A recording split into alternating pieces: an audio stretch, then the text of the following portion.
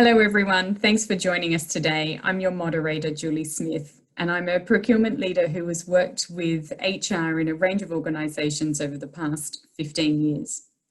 Many companies really struggle with how to approach and implement effectively strategic workforce planning, also known as SWP. So I'm really pleased today to be talking with some gifted talent leaders from a range of industries and organisations who have come together in true open collaboration to tackle this topic and build for the future SWP 2.0.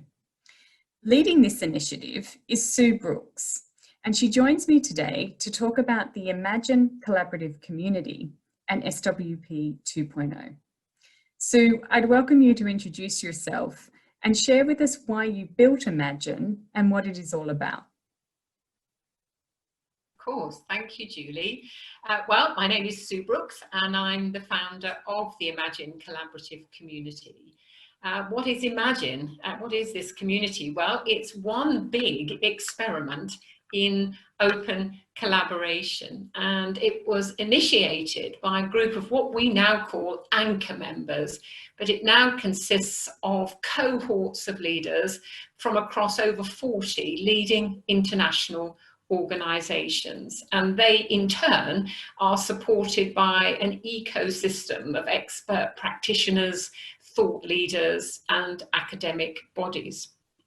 The motivation behind the project was a desire to support leaders and their organisations sort of leap forward and be future fit for a digital age.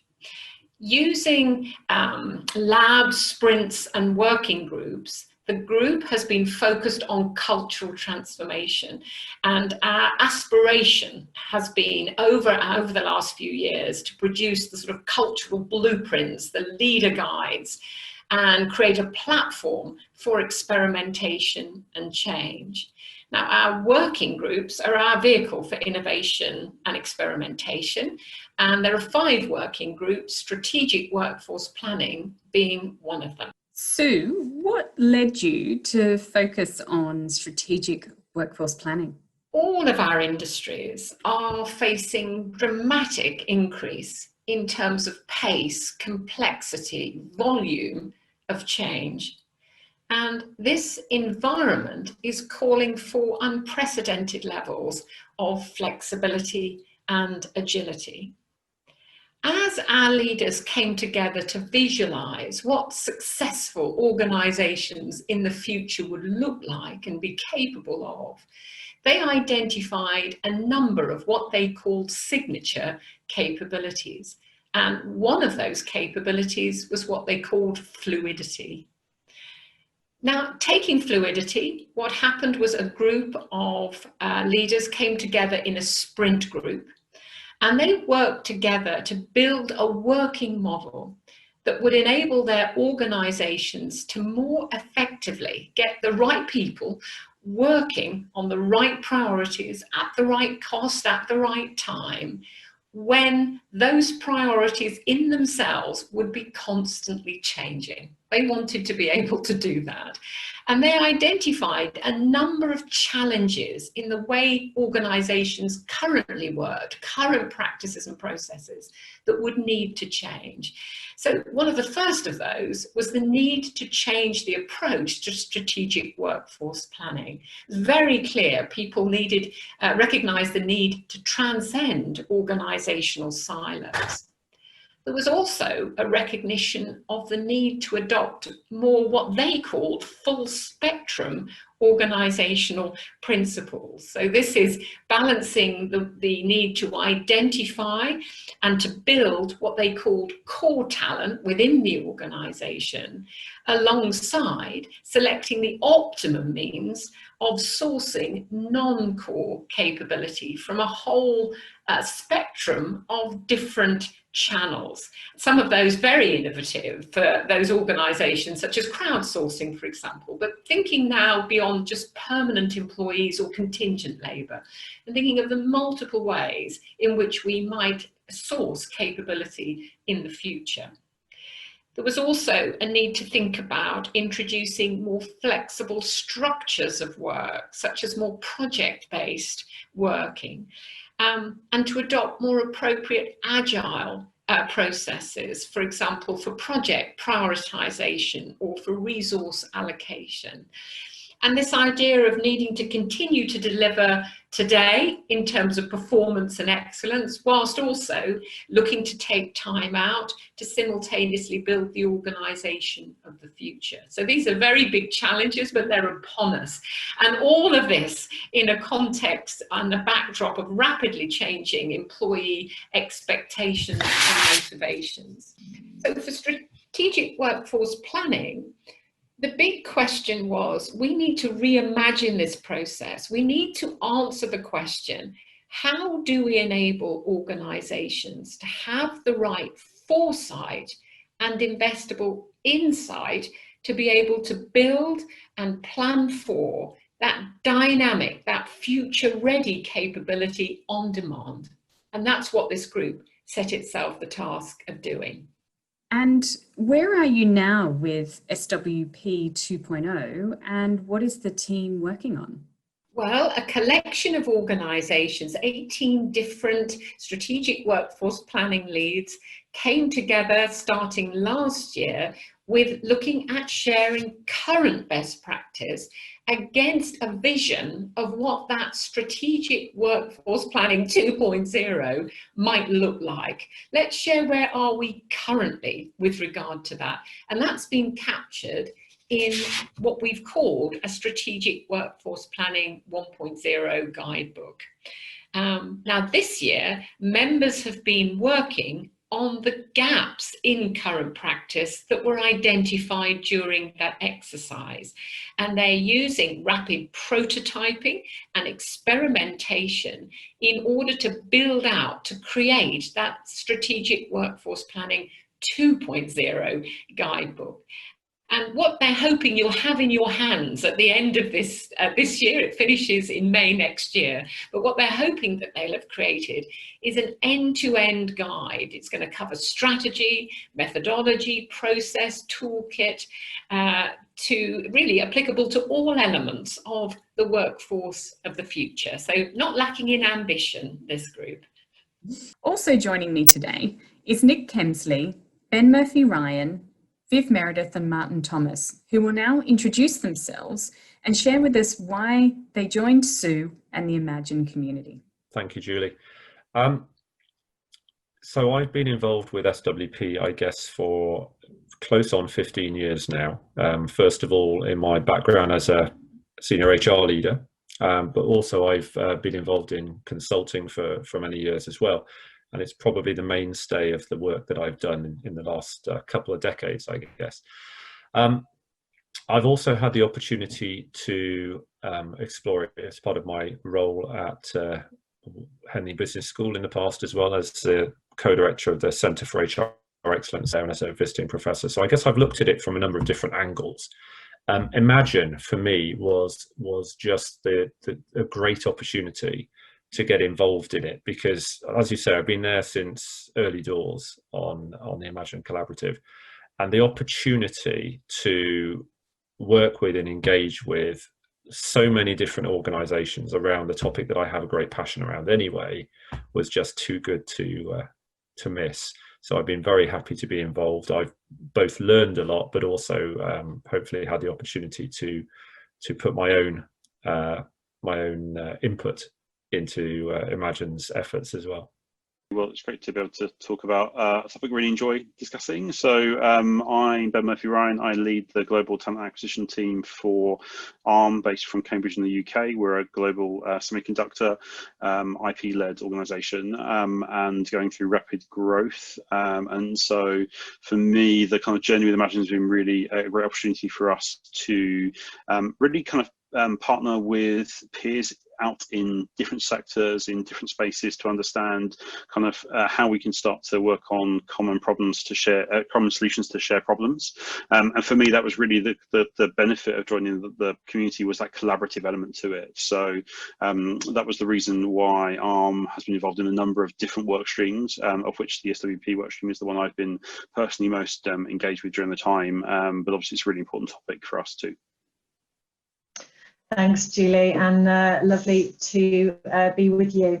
So as you say, I'm Viv Meredith. I'm head of HR at Anglo for the technical and sustainability group functions. I've only been there for 3.5 months, moving back into a generalist HR role, having spent my previous 2 roles, one of those being at GSK and prior to that at AstraZeneca Pharmaceuticals, focused on talent and strategic workforce planning.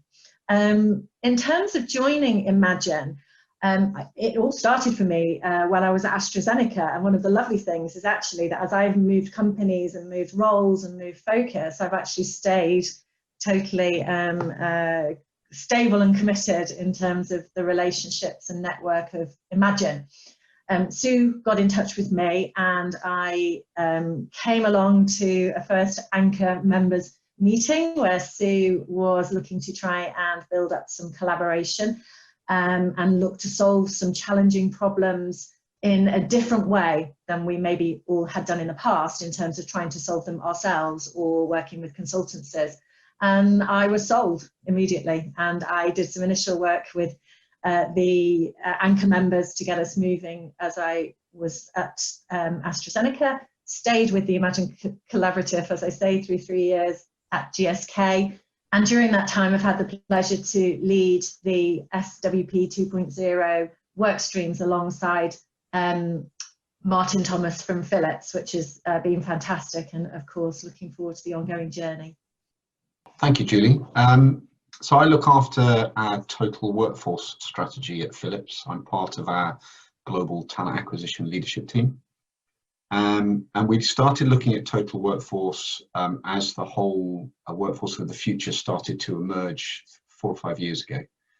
One of the actions we took is to move ownership of our contingent labour programme and the strategy for the programme from procurement to HR to talent acquisition, because we wanted to look holistically across the whole workforce. And that's where I started talking with Imagine originally, because we were doing some work on the full service organisation and how you need to all those aspects of the workforce. Think of the total workforce in how you get work done. We then started to think about fluidity within that workforce and how do we move people between different engagements, and how do we get the work done in the right way. And from that, thinking of getting the work done, we started then thinking about planning for the work, and then longer term planning for the work. And that's where the initial conversations around SWP came along.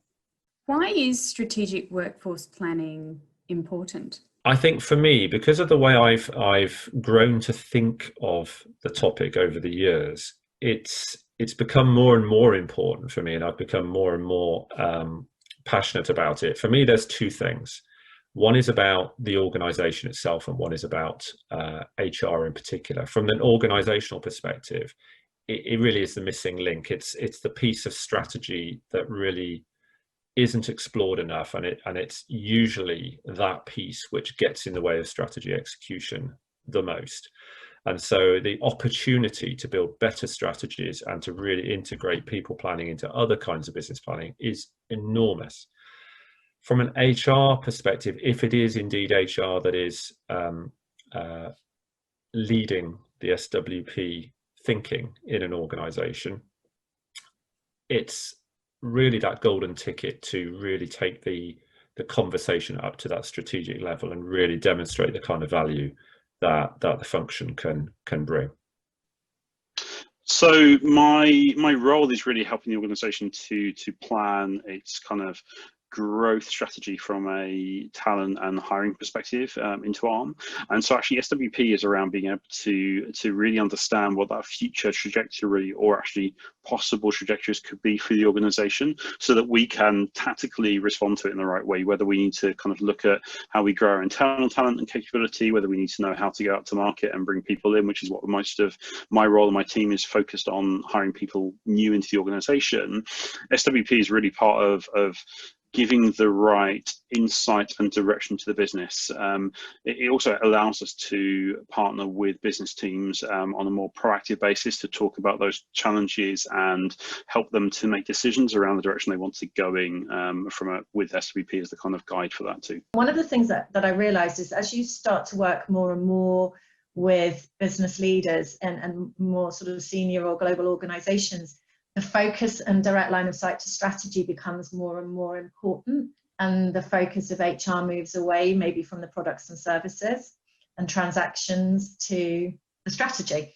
And what strategic workforce planning does is opens up and, you know, takes you into that place of curiosity around the business strategy, encourages you as an HR professional to really dive into the conversation of understanding and helping shape the strategy, but equally helps you think through the people and organisation implications of that strategy, which are not always picked up at that early stage. So it really sort of elevates the conversation that HR can have. And it also ensures, from a business leader's perspective, that as they set their strategy, that the people and organisation elements are going to enable that strategy. So for Philips, it's important because we're going through a major transformation from being a manufacturing organisation across the whole consumer electronics spectrum to focusing on healthcare technology. So a few years ago, we divested the TV business. A couple of years ago, we divested the lighting business, and Philips was founded as a company that makes light bulbs. So to move away from that is quite a significant change. And that involves different skills, capabilities. We look for different workforce to deliver that future, that workforce of the future. So we needed to think about that in a little bit more detail, and we needed to plan for that a little bit more. Hence our focus on workforce planning and SWP, taking that a little further. From your perspective, how does SWP 2.0 help an organisation right now? You know, if you'd have asked me that question last year, it'd probably been a slightly different answer. What I've seen this year, and obviously with everything that's going on, it's really the year to think about. I've seen a real opportunity. A lot of organisations are going through that kind of survive, recover, grow thinking, and it's very easy, and the temptation is there to just ditch everything that feels like it's at all about the future. It's about sort of surviving now often.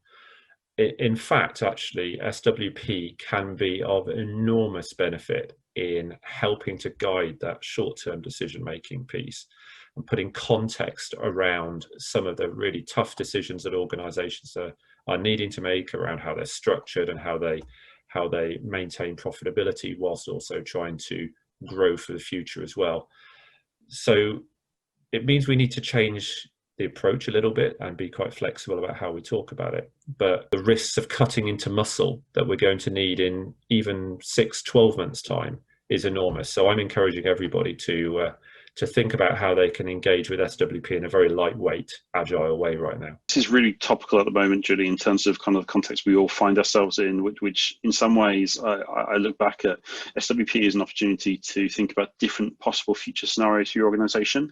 And actually, it's not about having a single path, but having multiple paths, and things may change, internal and external forces that drive your decisions about the shape of your organisation. Interestingly, COVID is, and the kind of crisis we find ourselves in, is an ideal kind of scenario planning thing you could look at and say, well, actually nobody predicted this, but now we start to know that the world is shifting, the future of work is shifting. We have to adjust our plans and our kind of trajectories for our organizations in terms of people, in terms of workspace, in terms of the environment people want to be part of. So in some ways, SWP, which is always relevant, right? Because no matter what you're planning for in the future, you need to talk about kind of how does the people element align with your business objectives. right now that's really important because it's shifting and changing, driven by this massive external change going on. So I think if anything, it's even more relevant right now to organizations to think carefully around what may be 2 or 3 different paths they're on, versus what we get to is we get stuck in organizational planning where you have a clear plan, you deliver to it. As that shifts and moves, you have to evolve to move with it, and that's really where SWP comes in. I think one of the things we found, Julie, is through the situation, particularly regarding COVID, that when we look at strategic workforce planning, it helps us think about the art of the possible and not be constrained by the now. And we always talk about wanting to work, think about the future and work backwards, rather than think about the now and work forward. And I think strategic workforce planning gives us the skills and the inclination and the confidence to take that kind of mindset to short-term challenges as well as longer-term challenges. I think one of the things, you know, as I've come into Anglo, that I've sort of learned from my previous experiences is to think about time horizons. And I think, you know, thinking about now is this kind of first horizon, you know, a second horizon for the medium term, and then a third horizon for the longer term, dependent, that length may vary dependent on the organisation. But I think strategic workforce planning helps us at all of those time horizons, because it allows us to start the discussions and the curious conversations and the arguments that might need to happen about the best direction from a place of future rather than a place of now. I think it gives you a basis, so it gives you a ground foundation, a grounding in SWP, because SWP 2.0 is the best practice from a number of different organizations. It's what we do today, so it's real and it's tried and tested, and it's shared, because the spirit of Imagine was to collaborate and share what we've got. So it gives you a little bit of a basis, but it also gives you something you can discuss and share and plan around for the future. And I think one of the key things when you think about that longer term is it gives you a bit of a North Star. If you're thinking about what do you have today, where do you want to be tomorrow? One of the key things we learned during the process was take that North Star and then plan back. Work out where you want to be and then the steps you have to go through to get there. And that's been really helpful, and the different components of SWP 2.0 can help map out those steps. Taking a longer term view, how does SWP help an organisation in, say, 1, 3, 5, 10 years? The power of the benefit of SWP does grow as you look at different timeframes. I mean, the 1 year opportunity, I guess, is almost the output of SWP is that your operational processes line up with your strategic processes and they can deliver what's needed. Because anything that requires more than 12 months to put in place, by definition, if you haven't thought about it, it's going to be delayed. The 3 to 5 year opportunity for me is about that integration and alignment with wider business planning processes, about alignment with the finance medium-term planning around the strategy cycle, and making sure that people and organizational planning is an absolute integrated, embedded element of that. And then looking out 10 years, you know, this is where we have the opportunity to be really creative and innovative about some of the big changes that are coming down the pipe and making sure we're not surprised about them. Some of the shifts that are happening socioeconomically at the moment are going to require really innovative, epoch-making changes in how we look at capability in organizations, and we'll need a run-up at it. So even if we don't understand them fully, just having a sense of what might mean 10 years out, it's going to put us in a much, much better position than just being surprised by something 18 months out. I think that time horizon is really interesting, because effectively we all know that the further out you try and plan for, the more things will change during that time. So for me, SWP is, as I just kind of mentioned, trying to connect different possible futures for the organization, and making sure that as you go along with your normal recruiting activity, as you look at hiring, as you look at decisions around, are we going to grow this team or that team, you're thinking ahead along those different time horizons. What you're doing in years' time is really operational. What you're doing in 3 years' time is probably you're planting seeds that will kind of grow future revenue or grow the future direction of the business. 5 or 10 years out is probably the edge where that gets really kind of murky. But actually, that's one of the reasons why SWP can be really useful, to get you to still, well, so we're not going to get that accurate and 100% predictive and be perfect in that. What we're going to do is start to say, what are the 2 or 3 things that could happen in that time, and how would we respond as an organization now? And more importantly, are there things we need to be doing right now, 5 years out, 10 years out, to be able to kind of respond to those possible futures? So are there some no regret kind of things we need to do now? Could it be about growing talent for the future? And if you're looking at incubating future talent, that might take 4 or 5 years for you to course correct your organization towards it. So in some ways, that longer term element of SWP, what's really difficult is actually really important. I mean, I love the long-term agenda, because I think that then places us in a position where we can have a view of where we want to get to. So I think the longer term piece helps us deal with maybe some more macro issues. I think it helps us think through the difference the organisation wants to make, where the industry may be going, the sector may be going, and where industry as a whole is going, and helps us sort of think through some of those things that are more suitable to solve together than to solve alone. So I think for me, that's what the kind of long-term agenda piece does. For the medium term, it's very much about optionality. So I'm a real believer that, you know, there's probably never one right way, but what you can do is start to build up a degree of predictability by creating optionality. You know, what might be the low, medium, highest probability of something happening, and can you start to sort of make some progress versus those different options? And then I think in the short term, it just really brings that people and organisation conversation down to, where do you want to invest? So there's always so many things we want to do, but what we can do is start to look at the people agenda much more from the point of view of which are the biggest risks that we need to address, where are the biggest opportunities, and where do we want to put our money and our time. And I sort of try to sort of look at it in those 3 different ways if I think about the time horizons that you described.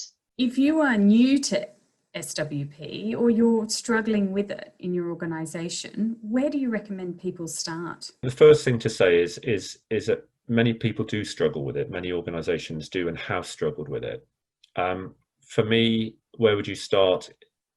In making it simple. So ditch spreadsheets. Please ditch spreadsheets. They're not helping. Start asking smart questions instead. Smart questions take far less time and are far more impactful. Start thinking about, what is it that we need to be great at, and what does that mean for the capability of people? The second thing would be about making friends with finance and business planning. SWP 2.0 is telling us this is not an HR activity to be done in isolation by HR for HR. This is a business planning activity that's currently underleveraged. We need to join it into how our organisation plans to make those plans better. I think the third element would be focus on the biggest risks. Don't try and do everything. The whole point of SWP really is to pull out that stuff which we need to do something preemptive about, that we can't just trust our BAU processes to deliver on. And probably the last thing, just pragmatically go where the energy is. You know, the era of large-scale business-wide SWP implementations, I think, is over. It didn't work. We need to focus on particular parts of the organisation where the need is greatest, or even particular business leaders who have the most energy. Prove through doing, and if it's a good enough idea, other people will want to be part of it. So I think really starting internally is the right thing. Go and have conversations with your partner. It doesn't matter what role you are. So I'm talking from a HR perspective or a recruiting perspective. Actually going and talking to your colleagues in different parts of the business, so business operations and planning. Go and talk to your procurement colleagues. Go and talk to your finance community and finance colleagues, because actually what you tend to find is you're all trying to approach a problem around what is the future of the organization from a different perspective.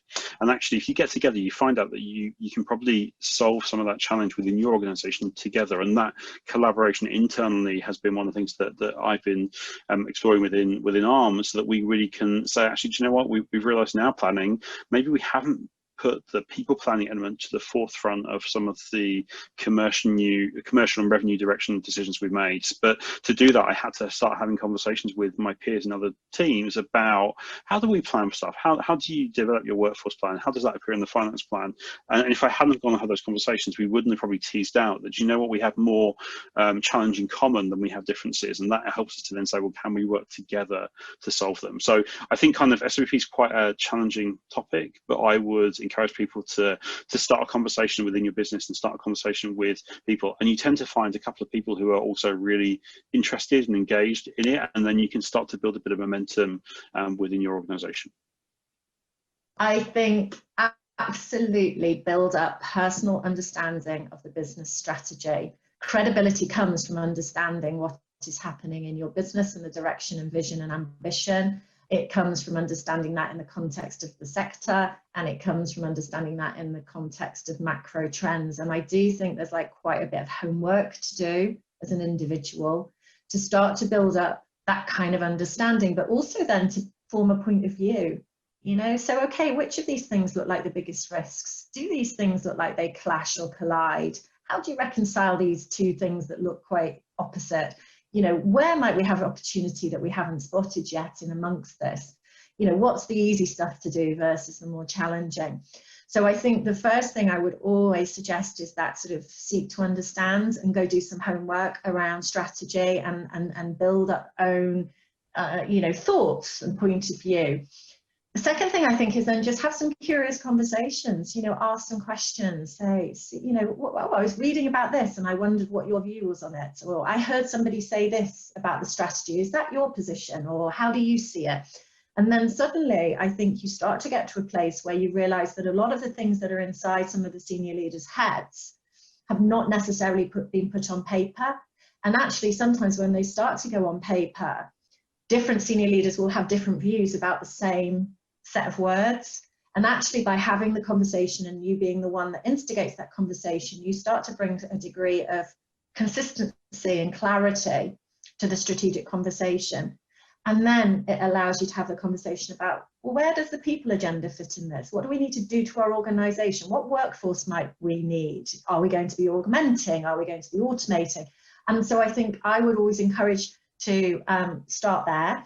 What I would encourage people not to do is resort to spreadsheets, templates, filling in the numbers and trying to drill in some of those old ways that make SWP fail. So I guess they would be my suggestions, Julie. Well, I think two things. The first would be to look at what do we currently have. So what plans exist, and they may exist in different parts of your organisation. So the second thing is to bring together a cross-functional team. Your finance team may well already be doing some planning within your budgeting process. Your HR teams may be doing planning within their enterprise systems, within the human capital systems, within their headcount management. Your TA teams may be doing planning around demand and what your future recruitment demand looks like. So I would certainly bring together a cross-functional team to understand what you have in place today and then plan together for that future. And what can people do to learn more about SWP 2.0 and also to be involved in such an exciting space? Well, we'd be delighted to get people involved. And of course, the whole principle of the collaboration is a desire to share and encourage others to experiment and to build evidence and to take what we're doing forward. So there's a whole range of information and material that is publicly available. I referenced the Strategic Workforce Planning 1.0 guidebook, that's available. We've also got our own LinkedIn page, which we have created, and I'm absolutely looking to encourage you to join in the conversation, to access the materials that everybody is sharing around their current practice, and to enable you to reach out and engage with members of the community. You can also find interviews and information on our YouTube channel, and all these, the links to these sites and the material are available to you as part of this session. We are openly looking to share the knowledge, the best practice, the thought leadership, and to therefore encourage those that want to share, but also want to be part of the experimentation of the new ideas and thinking, to come together with us. And the best way to do that is to contact us via our LinkedIn group. So please do, please be part of it and be part of that journey with us.